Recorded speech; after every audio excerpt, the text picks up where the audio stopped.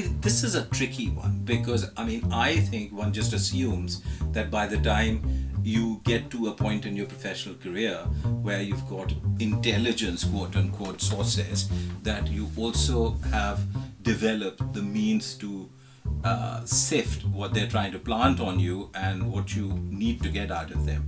But again, I personally think in my reporting career, I can't say I haven't relied on anonymous intelligence sources. I have.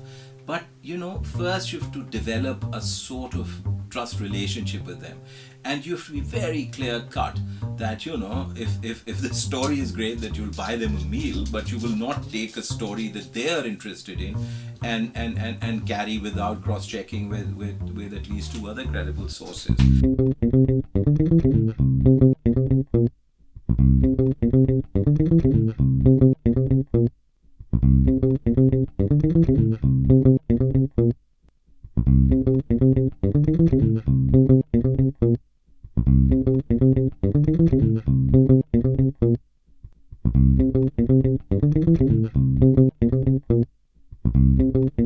I mean, if you look at the American media, one very good example, if you look at some of the British Murdoch papers, they're replete with examples, and I can cite, we don't have time, many, that you take what the intelligence community gives you to use as your patriotic duty. And I think that really, really goes against the grain of what you need to be doing.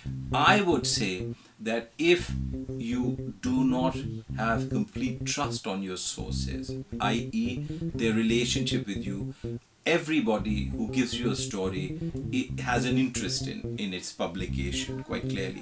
What you need to be able to assess is their interest the same as your interest, which is the truth should come out, and if something horrible is going to happen, whether the publication of that story stops it. These are some of the tests that you need to apply. But I will tell you, this is a minefield, and I personally think that for use of any such story, if you trust your editors, always seek a second opinion, go with their judgment.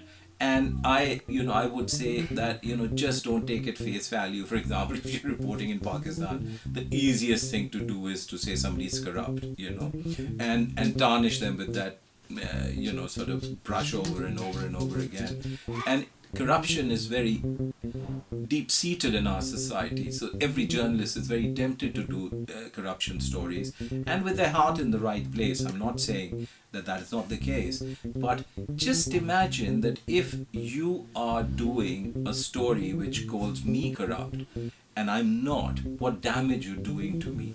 Lifelong damage to my reputation, to my integrity, and to my self-confidence. You'll destroy me. So I personally think that in environments where you know that the intelligence community in your country or in a certain country overall has certain interests, their interest may not be the same as your interest as a journalist, I would stay away from it.